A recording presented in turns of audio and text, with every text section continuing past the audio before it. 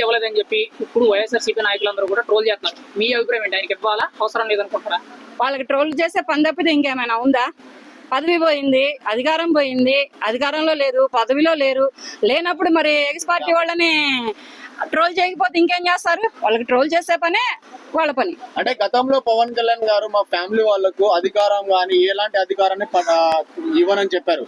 కానీ ఈ రోజు ఒక అధికారాన్ని పట్టం కట్టారు కదా, సో అలా కరెక్ట్ అనుకుంటున్నారా? ఆ రీల్ బయట తీసుకురా, అప్పుడు చెప్తాను నీకు ఆ మాటకు సమాధానం. ఉన్నాయమ్మా బోలెడు. బయట తీసుకురా, బయట తీసుకొచ్చి నాకు ఇక్కడ పెడితే ఇది చూపిస్తూ నేను అది నీకు సమాధానం చెప్తా. ఇప్పుడు పిఠాపురంలో వర్మ గారికి ఎమ్మెల్సీ ఇవ్వలేదు, కానీ నాగబాబు గారికి ఎమ్మెల్సీ ఇచ్చారు.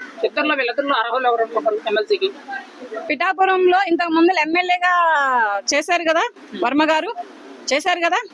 పిఠాపురంలో ఎమ్మెల్యేగా చేసి ఆ పదవిని ఎవరికి త్యాగం చేశారు? పవన్ కళ్యాణ్ గారికి త్యాగం చేశారు కదా. ఎందుకు చేశారు? ఒక నాయకుడు, ఒక జన సైనికుడు అనే అభిమానంతో చేశారు. కనుక ఇప్పుడు ఆయనకి ఎమ్మెల్సీ పదవి ఇవ్వాల్సిన అవసరం లేదు. పిఠాపురంలో ఎమ్మెల్యేగా ఏ పార్టీలో ఉన్నారు? టీడీపీలో ఉన్నారు. టీడీపీకి తెలీదా ఆయనకి ఏం పార్టీ, ఏం పదవి ఇస్తే ఆయన హై లెవెల్లో ఉంటారో, ఆయనకి ఎటువంటి పదవిని పట్టం కడితే అతనికి ఒక గుర్తింపు వస్తుందో అనేది. ఇంతకు ముందర ఇప్పుడు పిల్లలు ఎగ్జామ్ రాస్తున్నారు, ఒకటో రెండో ఫెయిల్ అవుతారు. ఫెయిల్ అయినందుకు మాత్రమే సూసైడ్లు చేసుకోవాల్సిన అవసరం లేదు. పిల్లలు పవన్ కళ్యాణ్ వర్మని తొక్కేస్తున్నాడు అని అంటున్నారు. మామూలు తొక్కలే, పీకల్లా తొక్కారంటున్నారు. ఎందుకు తొక్కుతారయ్యా? ఎందుకు తొక్కుతారు? ఇంత ముందు నాగేంద్ర బాబు గారు ఏమైనా పదవులకు ఆశపడ్డారా? ఏదైనా పదవిలో ఉన్నారా? నాగేంద్ర బాబుకి వచ్చినప్పుడు మరి వర్మకి నాకు వద్దులే, వర్మ నాకన్నా ఎక్కువ కష్టపడ్డాని చెప్పచ్చు కదా. ఇస్తామని ఇద్దరు కూడా మాట ఇచ్చారు. పవన్ కళ్యాణ్ ఇచ్చారు, చంద్రబాబు ఇచ్చారు. నాగేంద్ర బాబు వన్ మినిట్ పిఠాపురంలో జనసేన గెలవదు, పవన్ కళ్యాణ్ గెలవడు. ఇసిరారు, సవాల్ ఇసిరారు, గెలిచి చూపించారు. ఆ పదవిని వర్మ గారు లేకుండా పవన్ కళ్యాణ్ గెలిచారు. వర్మ గారే త్యాగం చేశారు ఆ పదవిని, కాదని నేను చెప్పట్లేదు, ఒప్పుకుంటాను. కానీ ఇప్పుడు టీడీపీ ప్రభుత్వం ఆయనకి ఎంపీ టికెట్ ఇస్తుందేమో, ఎంపీ పదవి ఇస్తుందేమో. ఎప్పుడు అయిపోయినాయి ఎలక్షన్లు? నెక్స్ట్ ఎంపీ కాదు, రేపు 2027 లో ఉన్నాయి కదా జమిలీ ఎలక్షన్ లో. మరి ఆ ఎలక్షన్ లో ఇంకేమిస్తారు? ఇప్పుడు ఆయనకి 18 సీట్లు ఏమి ఉన్నాయి కదా. ఇప్పుడు టీడీపీకి బీజేపీకి ఎన్ని ఉంటాయి? మొత్తం కలిపితే ఎన్ని? 21, 25 సీట్లు. 25 సీట్లలో 4-3 బీజేపీకి వెళ్తాయి, 4-3 జనసేనకి వెళ్తాయి. ఇంకా మిగతా సీట్లు ఎవరికి ఉంటాయి? టీడీపీకే ఉంటాయిగా. దానిలో ఒక్క సీటు మన వర్మ గారికి ఇవ్వలేరు చంద్రబాబు నాయుడు గారు. చంద్రబాబు నాయుడు గారు ఏమన్నా నిన్న మొన్న వచ్చినటువంటి ఫ్యాన్ ఇంట్లో తిరుగుతుంది, గ్లాస్ షింక్ లో ఉంటుంది, సైకిల్ బయట తిరుగుతుంది అని చెప్పేటటువంటి కొత్తగా వచ్చినటువంటి నాయకుడా? ఏమైనా రాజకీయాలు తెలియని నాయకుడా? లేకపోతే రాజకీయం ఏంటో తెలియనటువంటి చిన్నపిల్లగాడా? కాదు కదా.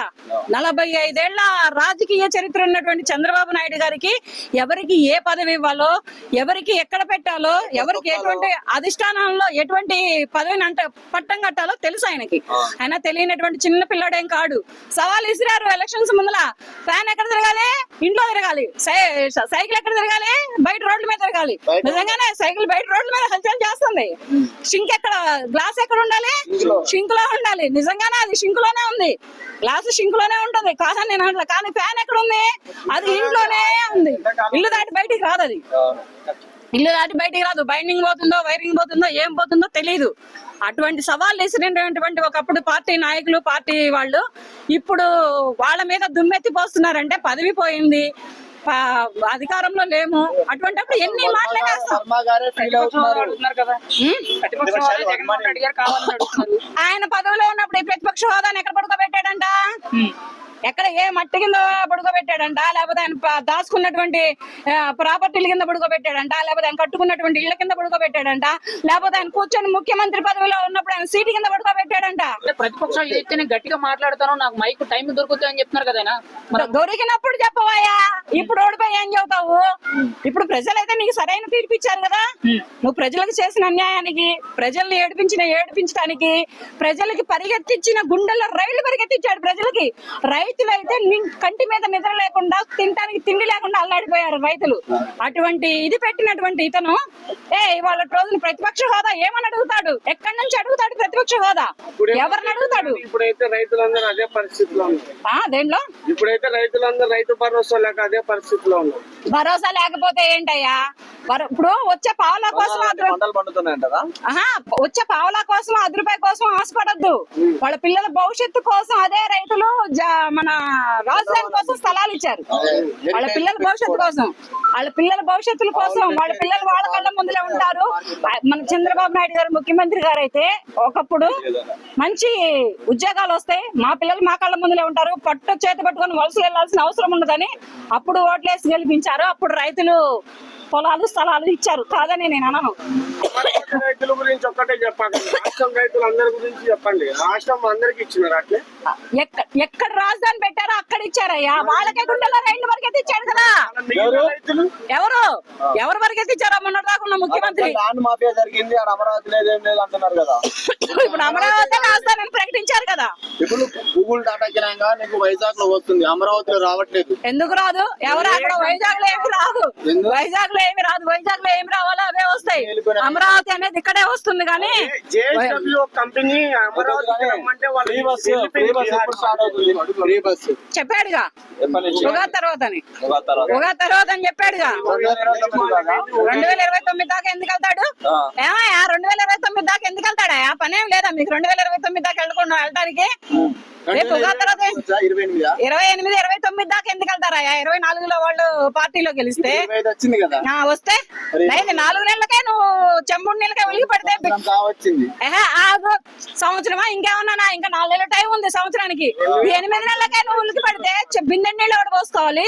సముద్రాన్ని ఎవడు ఇదాలి? ఇక్కడ చెంబుడు నీళ్ళకే ఉలికి పడ్డా, అమ్మో నాకు చలి పెడుతుందనో లేకపోతే నాకు వేడి కొళ్ళు కాలుతుందనో, మిగతా వచ్చేటప్పటికి సముద్రాన్ని ఎవడు ఎదుగుతాడు? బిందె నీళ్ళు ఎవడు పోసుకుంటాడు? ఇవన్నీ జరగని మాటలు, కాని మాటలు చెప్పొద్దు. చంద్రబాబు నాయుడు గారికి తెలుసు, అలాగే పవన్ కళ్యాణ్ గారికి కూడా తెలుసు.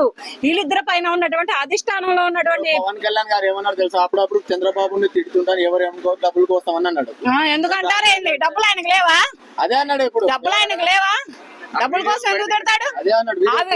వీడియోలు పట్టావా? ఫస్ట్ తర్వాత మాట్లాడతాను. ఇప్పుడు పథకాలంటే ఎప్పుడు వస్తున్నాయి అంటున్నారు? వస్తాయి, ఇస్తారు. అధిష్టానం నువ్వా? అధిష్టానం నువ్వా? మీ పార్టీ కదా. పార్టీ పక్కన పెట్టి నేను అధిష్టానం గురించి మాట్లాడాను. ఇక్కడ అధిష్టానంలో ఎవరు వాళ్ళు అక్కడ ఎప్పుడైతే నిధులు విడుదల చేస్తారో అన్ని వీళ్ళు పెడతారు. హామీలు ఇచ్చినంత మాత్రాన్ని అన్ని చేయాలని రూల్ లేదయా. అన్ని చేయాలని రూల్ లేదయా. నెమ్మదిగా చేస్తారు, కంగారేం లేదు. అదే చెప్పేది నేను. దిగిపోయే సంవత్సరం ఎందుకు చేస్తారు? దిగిపోయే సంవత్సరం ఎవరు చేయరు. 19 పీరియడ్ లో నిరుద్యోగ వృత్తి దిగిపోయే టైంలోనే కదా ఇచ్చింది. ఎందుకు ఇచ్చారు? ఎట్లాగా నిరుద్యోగ వృత్తి ఇచ్చాడా? ఎప్పుడు ఇచ్చాడు? పసుపు కుంకుమలు ఇచ్చింది. పసుపు కుంకాలు ఇచ్చాడు ఆడవాళ్ళకి. ఆడవాళ్ళకి పసుపు కుంకాలు ఇచ్చాడు అంతేగాని నిరుద్యోగ వృత్తి ఏమి ఇవ్వాల. ఎందుకు? 1000 రూపాయలు ఏం మొలకొస్తాయా? అమ్మఒడి కాదు, తల్లికి వందనం అమల్లో ఉంది. ఫ్రీ బస్ ఏంటంటే ఉగాది తర్వాత పెట్టాడు. తల్లికి వందనం వేస్తున్నాడు. పిల్లలు వస్తున్నాయిగా. నలుగురుంటే చెప్పాడా? ఆ వీడియో పట్టండి. ఆ వీడియోలు మొత్తం పట్టుకోవాలి మీరు. పట్టుకొచ్చి నా ముందర ఇట్లా పెట్టి మాట్లాడాలి. దానికి నేను వేస్తాను.